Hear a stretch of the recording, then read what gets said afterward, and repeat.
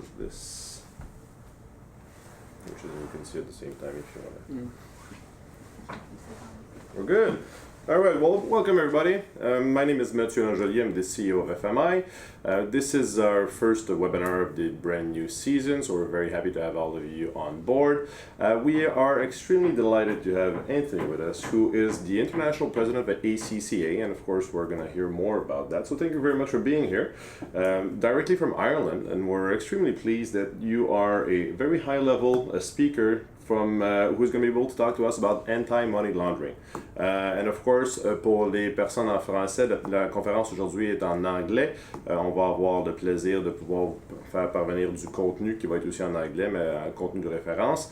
I was just saying that the conference today is in English, but we are going to have some information that we're going to be able to post on our website that is also going to be in English, but for further references. So without further ado, I turn over the mic to you. And of course, during the webinar, if you have any questions, we are going to monitor the live chat.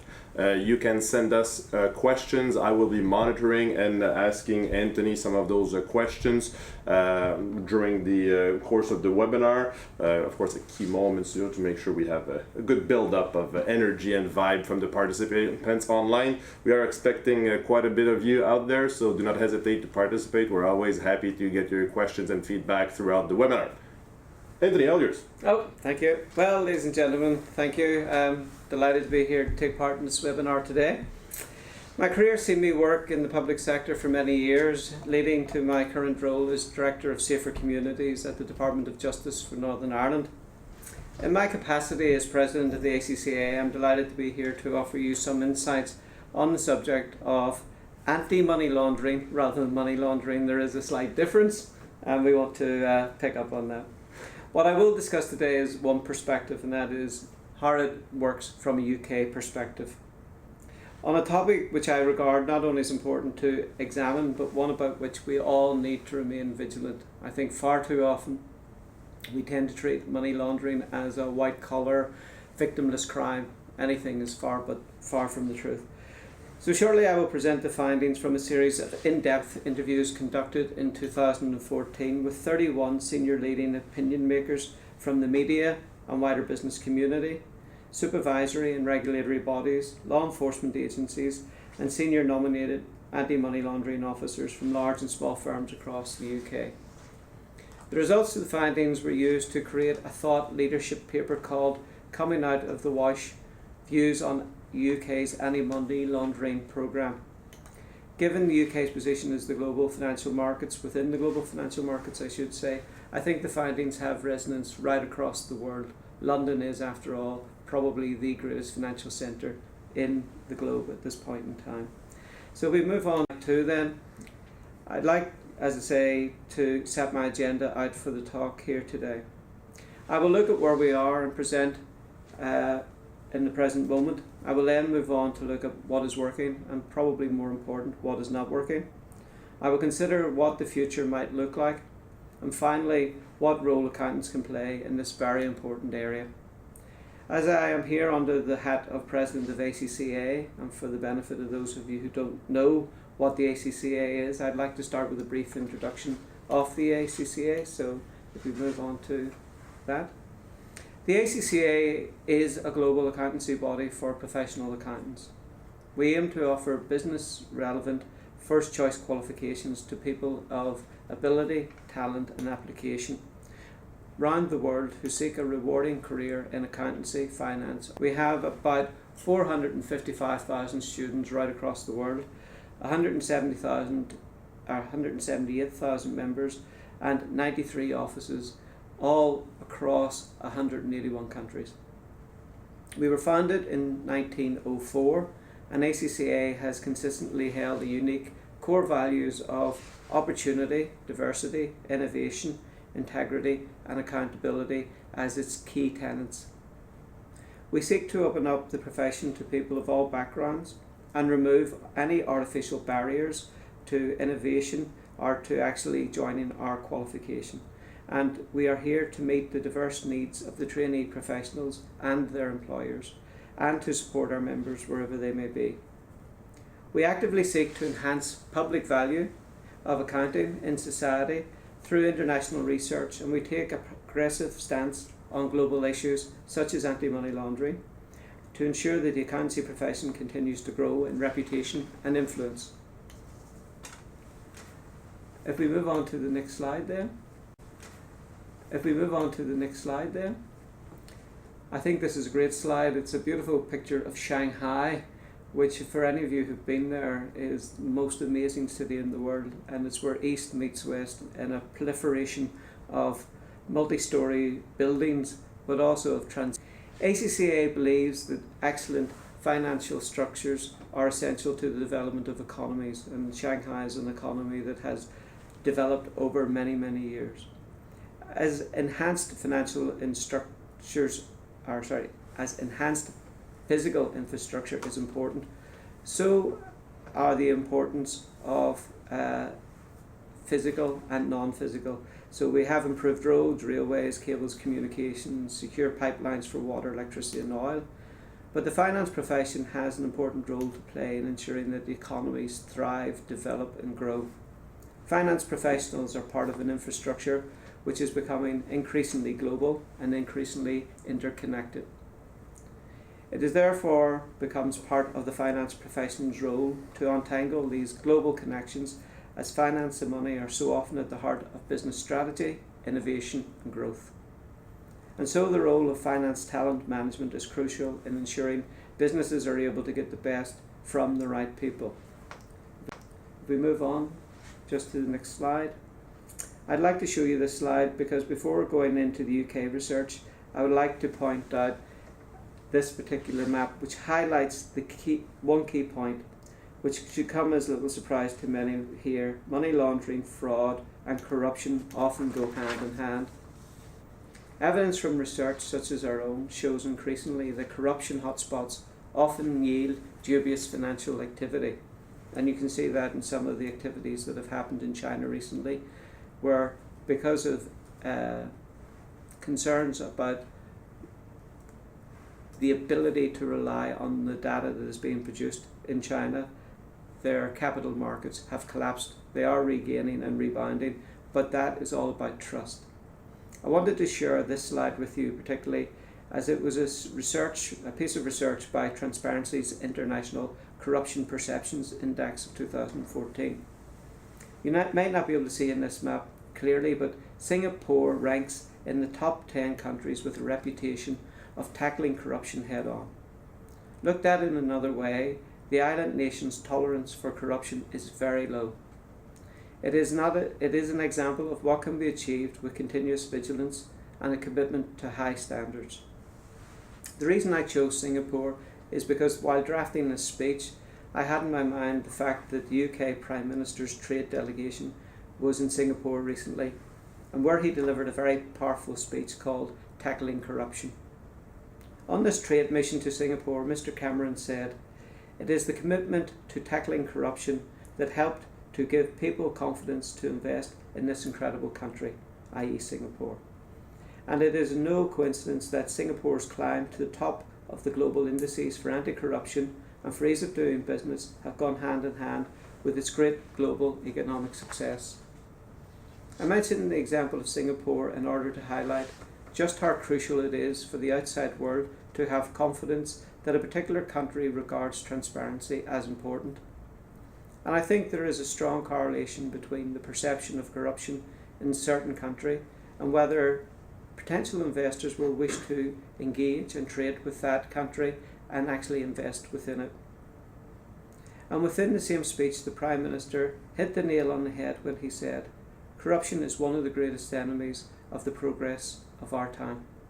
Indeed, and we would just like to point out the fact, beautiful map by the way, and look at Canada, the way that it's absolutely in the top end of it, which is quite positive for us. So low perception of corruption around the world, and that specifically relates to public sector corruption, so it's very good. So yes. Our members who are listening to the broadcast right now basically are doing a good job. Yes, and it actually covers all forms of corruption, not just the public sector. It's really tackling corruption on a wider scale, and as you can see, Canada is one of the best countries in the world. You're right up there with Singapore and indeed with the UK and Ireland. But in fact, I think you might even be better than UK and Ireland given the colouring. But yes, Canada is seen as a very safe country to invest and do business. Beautiful. Well, we're keeping up the good work. There we go. What we have seen though over recent years are issues to do with fraud, corruption and money laundering are rising to the top of the news agenda. Bad news always makes the headlines, and believe me, money, corruption and fraud are right up there with the best of them. It has affected big businesses and small businesses alike, and it has also infected the world of sport, as evidenced in the recent football scandals, cricket scandals, everywhere else. Anywhere where there's big money involved, you will find corruption hiding and lurking in dark. What Mr. Cameron said in Singapore was that fraud, corruption and money laundering robs those who require the most help and assistance. Leaders, whether they are political or in business, or indeed in sport, need to tackle the issues head on.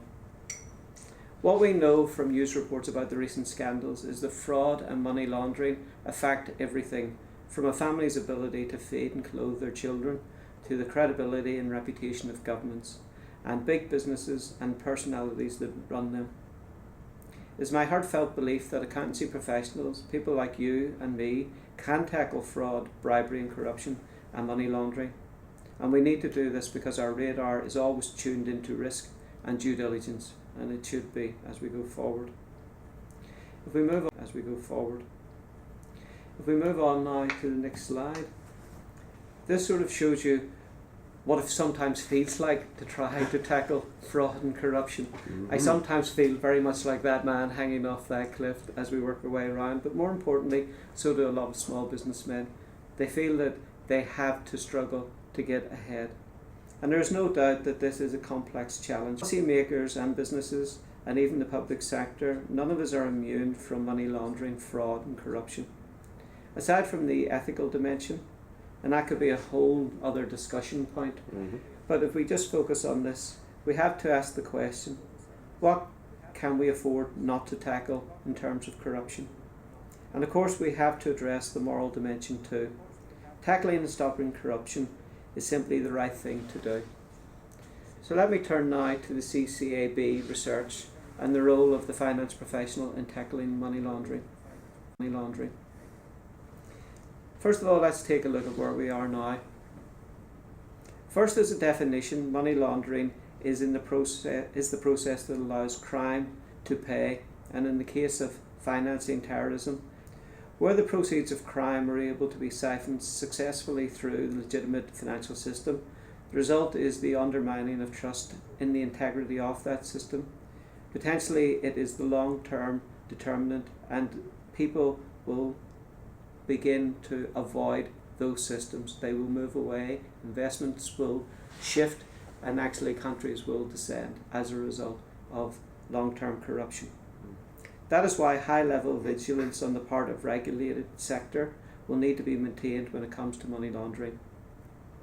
Whilst we should always seek to be one step ahead of organised criminality, it is actually probably true to say we're 10 steps behind, because the criminals are very inventive people. They will move and change much faster and much speedier than governments and regimes. And the fact that, to be honest, crime knows no borders. Crime gangs can work in any country, can attack any other country. So, for example, if you have a look at a lot of the cybercrime that's originating, most of it is coming out of Eastern Europe, China and Africa, but is affecting everybody, whether they be in Vancouver, Edmonton, Montreal, London, Dublin, Paris, wherever you want. So crime has no borders, but unfortunately governments do, and bureaucracy can sometimes stand in the way of tackling this as we go forward. So we need to be there, we need to be looking for the weaknesses and the loopholes in our systems, because that's exactly what the criminals are doing. The current spread of mobile payment technologies and their potential for fraud is an example of the dynamic environment we're trying to deal with. And cybercrime in particular is growing at an exponential level. Like any structure of its kind, not all aspects of current regulatory framework are as effective or as efficient as they could be. It is encouraging that this research finds broad support for what the regime is trying to achieve. In particular, there is support for the deterrent value that it gives, and the contribution to the maintenance of the UK's reputation as a respectable business environment. And as I say, a lot of what is done in terms of the investment world is done on the basis of reputation, and you can lose your reputation very, very quickly. So now let us look at what is currently working and what is not working about the current UK regime.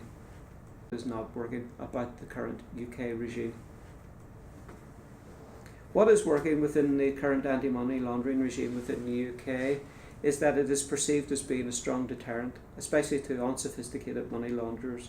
It is also seen as likely to detect large money laundering. The current regime also is viewed as offering protection to firms. The regulated sector is seen as having effective processes in place to identify any irregularities.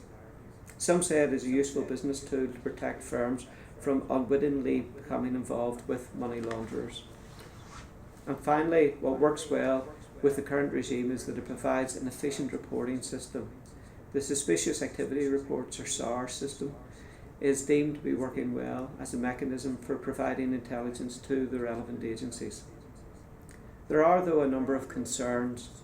There is a lack of evidence of successes, inconsistent application across the regulated sector, a lack of information sharing, inadequate supervision and monitoring, and a perceived greater focus on compliance than actually on effectiveness. Some respondents to our research felt that the study showed that more needed to be done at a regulatory level to share information so as to create a more joined up, a more informed approach, which could then lead to better quality and more focused reporting by people like accountants, lawyers and bankers.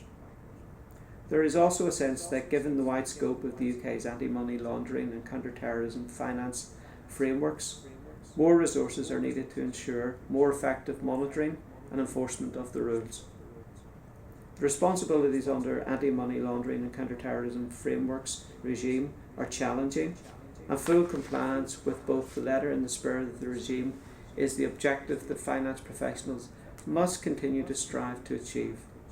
But of course, if we believe as I do, that the value of the accountancy profession is as a champion of ethical business conduct, then we must see our role in this area of anti-money laundering in a positive light. And finally, resourcing is seen as a cross-sectoral issue affecting all players and inhibiting effective monitoring and enforcement of regulations. The general consensus is not only that more resources are needed, but also that the current regimes need to make better use of the current resources available within them. We have a quick question, and thank you for submitting that question. We were asked, how do you define an unsophisticated money launderer versus a more sophisticated group? Is there a ballpark? Is there general elements that differentiate yourself if you're an unsophisticated versus a sophisticated money launderer? I think the word generally tends to be organised. Okay. Organised criminals tend to be very sophisticated. They will use professional people, they will have bankers, lawyers, accountants, who will be engaged in their work and know fully what they're doing. The unsophisticated is the small time, everyone who goes from running an extortion racket, prostitution racket, small time human trafficking, right the way through to the guy who robs a bank. You know, these are unsophisticated money launderers. They have the money, they're not quite sure what to do with it and how to move it. And it is a very sad indictment of the professionals that the only way that these people become sophisticated is because they have professionals who help them actually achieve money laundering on a bigger scale. Perfect, thank you. Therefore, when it comes to the future success of anti-money laundering within the UK, accountancy bodies who are part of the UK's Consultative Committee of Accountancy Bodies, or the CCAB, draw particular attention to the following issues as being important. Firstly, coordination, communication and collaboration are key. There is a perception among respondents that there is a lack of information sharing among key players. More needs to be done to reinforce the value of reporting and monitoring activities to professionals, the general public and other stakeholders. The better publicity that we produce about the successful cases is needed so that we can actually demonstrate the effective use of the intelligence gathering and enforcement.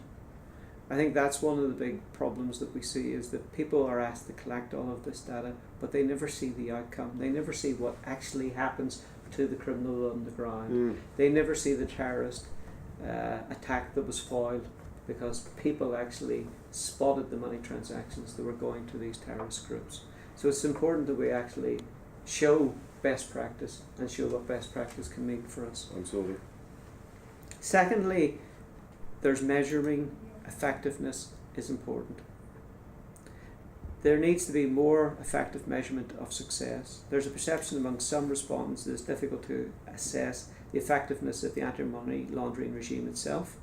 Current approaches seem to vary in their usefulness going forward, and a lot of people see this as red tape and bureaucracy, particularly in the UK, where we have a no de minimis level.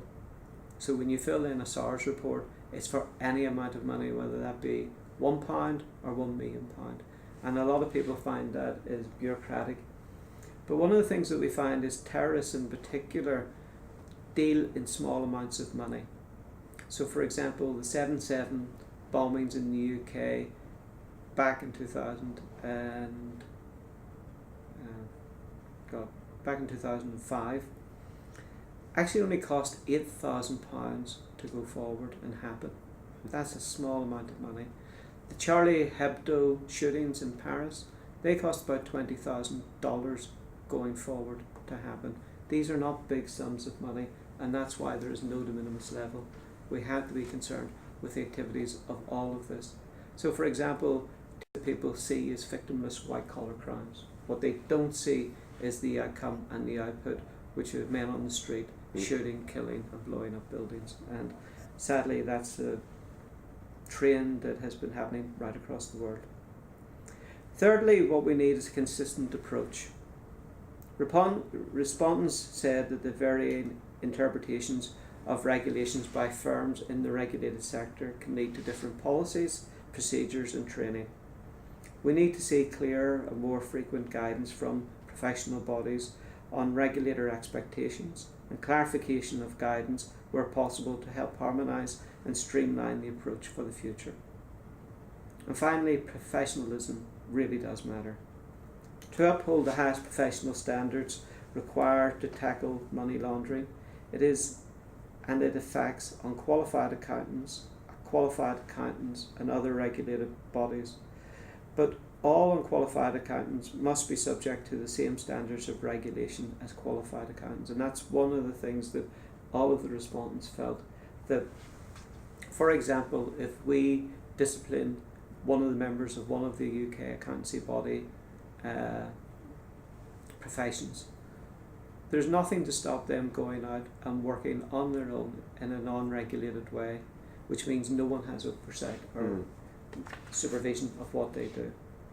So these principles should hold true for every regime, we believe. So to put it simply, the success of the UK's anti-money laundering regime is being hindered by a disjointed approach, a lack of connectivity and coordination between organisations. Despite this, again, as I say, the general view is that while UK's regime is considered to be among one of the best deterrents in the world, more could therefore be done to strengthen it, including sharing information in a timely manner between relevant organisations involved in tackling money laundering, greater effectiveness in cracking down on cross-border laundering, as well as more resources across all sectors. If we move on just to the next slide. Accountants themselves are increasingly seen as gatekeepers of financial. If we move on just to the next slide. Accountants themselves are increasingly seen as gatekeepers of financial probity. Nowhere is this more apparent than in the subject and the matter of research conducted by the CCAB into anti-money. The findings illustrate that the role of the profession is seen as multidimensional, but primarily it is aimed at detecting and reporting suspicious activity to the regulator. Participants highlighted the profession's role in preventing money laundering activities by acting as a deterrent to money launderers and a gatekeeper to the financial system. Where necessary, accountants are seen to be involved in gathering intelligence on money laundering crimes to support the work of regulatory and law enforcement agencies. This really sends out a positive message of joined up and the fact that we are there for the greater public interest. There is a recognition that the role of the accountant will be proportional to the exposure they have to the client's financial affairs. Practitioners tend to make a distinction between qualified and non-qualified accountants in the profession, and the profession sees greater need for oversight of unqualified accountants. They believe qualified accountants are more likely to take their responsibilities seriously and to uphold the profession's high standards. And there is a general consensus among the accountancy profession that supports the regime fairly, and based on the evidence that I've seen, I would go along with that. I'm happy to report that there is greater confidence that the larger firms are successfully fulfilling their responsibilities as compared to smaller firms, because they are perceived to have more and better resources to cope with the regulatory compliance and to put policies in place that are adhered to by all of their staff. Practitioners tend to view implementation of the regime as a social duty rather than just a business benefit. There is a sense that the benefit of implementing the regime is for society more broadly, and a duty the firms are obliged to fulfil. Few practitioners within the respondents were able to cite examples of specific benefits to them or their practices, and hence they felt they were working more in the public interest. What needs to happen, we believe, is that there is greater connectivity and coordination between organisations which are fighting corruption. That should include sharing information in a timely manner, greater effectiveness in cracking down on cross-border laundering, as well as providing more resources across all sectors. We move on to, I think, the final slide. What I've done here is I've put up the websites that you can actually tap into, the CCAB and the ACCA, which will give you much more information in terms of what we've done, the research we've carried out. We have excellent resources available for those of you hoping to explore more this important subject. So thank you for that, and I'm happy to take any questions that you may have on this or any other matter related to the topic. Excellent. Well, and we're gonna, of course, put these those links on our website for people who have been participating in the webinar, the webcam presentation. It's certainly quite interesting, and I know a couple of the questions that I've seen and I've received, people are just texting me on my cell phone at the same time, right? You're not supposed to pay attention, guys. You're not paying attention. Why, when you talk about anti-money laundering, a lot of terms are put in there. We're talking about human trafficking, we're talking about terrorism, we're talking about prostitution, we're talking about drugs. How do they all fit in? Is it all the same thing? Is it something that's new, has evolved over the past years, or how do you guys deal with those elements individually? Well, I mean, it's a bit like a cake. Okay. They're all the separate elements that go to make up money laundering. They're all different streams if you want. So, for example, you have the Ottawa River outside, but there's tributaries that flow into that from many different areas. So if you use that analogy, one tributary could be from prostitution, one could be from human trafficking, one could be from the sale of drugs, one could be from bank robbery. They all funnel into the one area, which is money laundering. And really it is about the criminal, whatever that criminal may be, whether they're a terrorist or just a domestic homegrown criminal, trying to wash that money to a way that it looks legitimate for them so that they can buy houses, cars, planes, whatever it is they want to fund the lifestyle that they want. And it's about a way for them to actually appear as if they've done it in a legitimate manner. So that's the broad umbrella, but all of those separate terms are just separate ways of gaining the money in the first place, and the anti-money laundering is the process to stop them from washing it clean as it goes through the systems. Interesting. And in your career, is there like a recent trend or something that you have seen in your day-to-day work that is more could be of interest to the people listening into this webinar? Well, I have a particular interest in this principally because when I was at university I was injured in a bomb explosion, a terrorist event in which 3 people died. So I was trapped under a brick wall with severed head for 40 minutes while I was dug out. And when you experience that, you realize this is not a white collar crime. People use this money and go forward, and it's not just terrorism.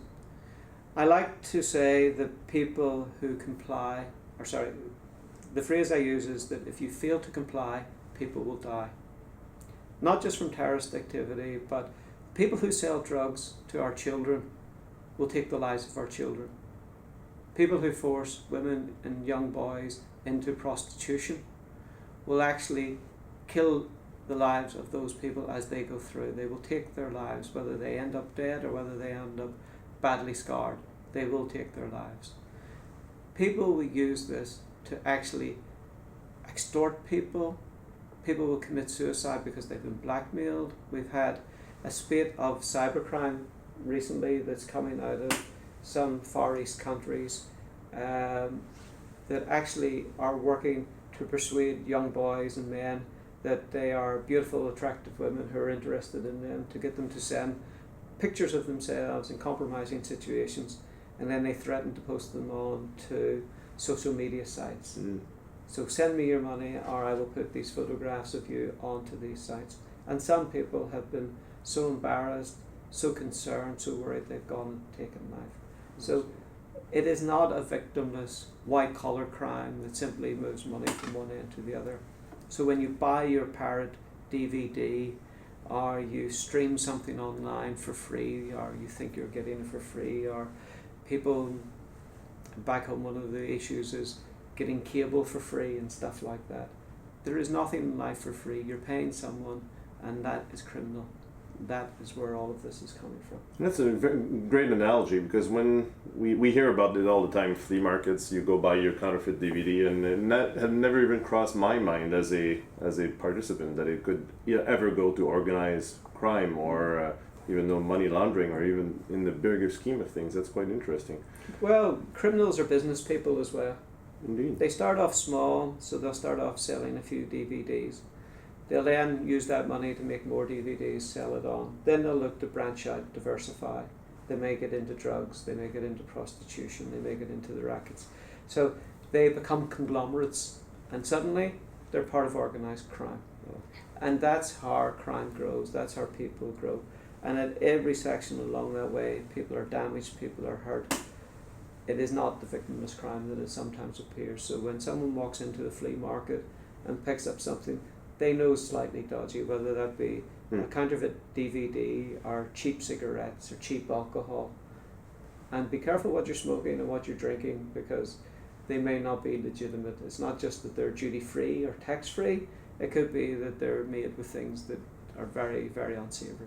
And we were chatting before the start of the webinar, and I learned actually there is such a thing as a counterfeit cigarette that doesn't have tobacco in it. I'm not a smoker, so I didn't know, but it was quite interesting. So watch out if you smoke out there, like there are counterfeit cigarettes.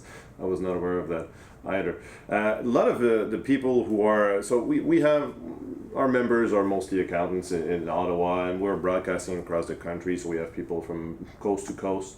If they're at their office and they're wondering, well, how can I help address that situation? Is there like some small things that I can do in my day-to-day work as an accountant working for the government that I can help? Like, do you have, for example, your staff back in the UK, do you tell them, best practices or those types of things, that small little steps that they can do every day to help? Well, I mean, the regime is set up in the UK. People are asked to produce suspicious activity reports, or SARS. I think they're called STRs in Canada. Yep.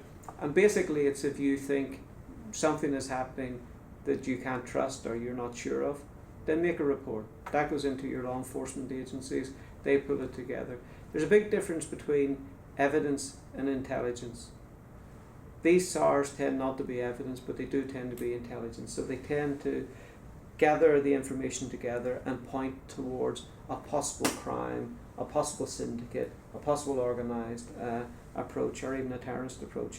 So small pieces of information make up big jigsaws, and those big jigsaws show a picture to law enforcement agencies that they can then go out, recognise and tackle. So even doing the smallest of things, identifying the smallest of things, make those returns.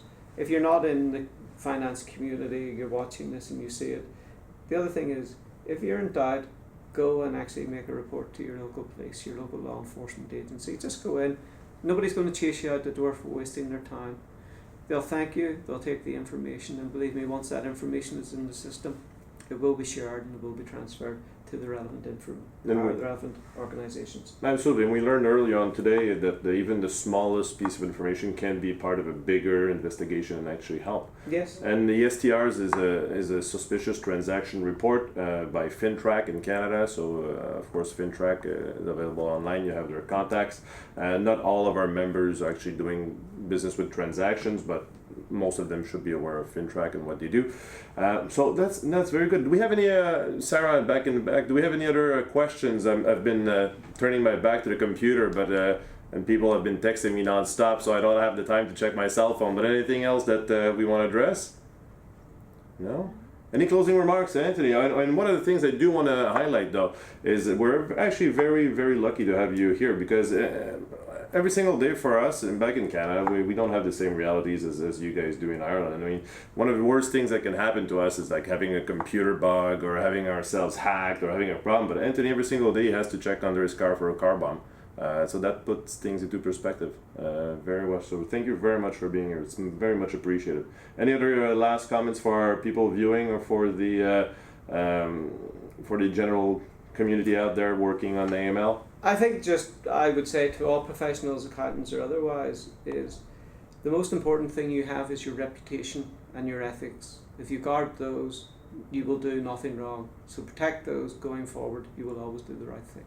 Lovely. Well, thank you very much for being here. That wraps it up for us. So you have a little bit more time to go have your lunch.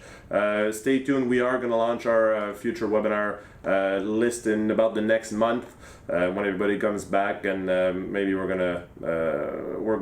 actually are gonna send an email to everybody who registered for this one and for the next ones. So thank you very much for your time, and stay tuned for the list of events for the rest of the year. Thank you. Bye bye.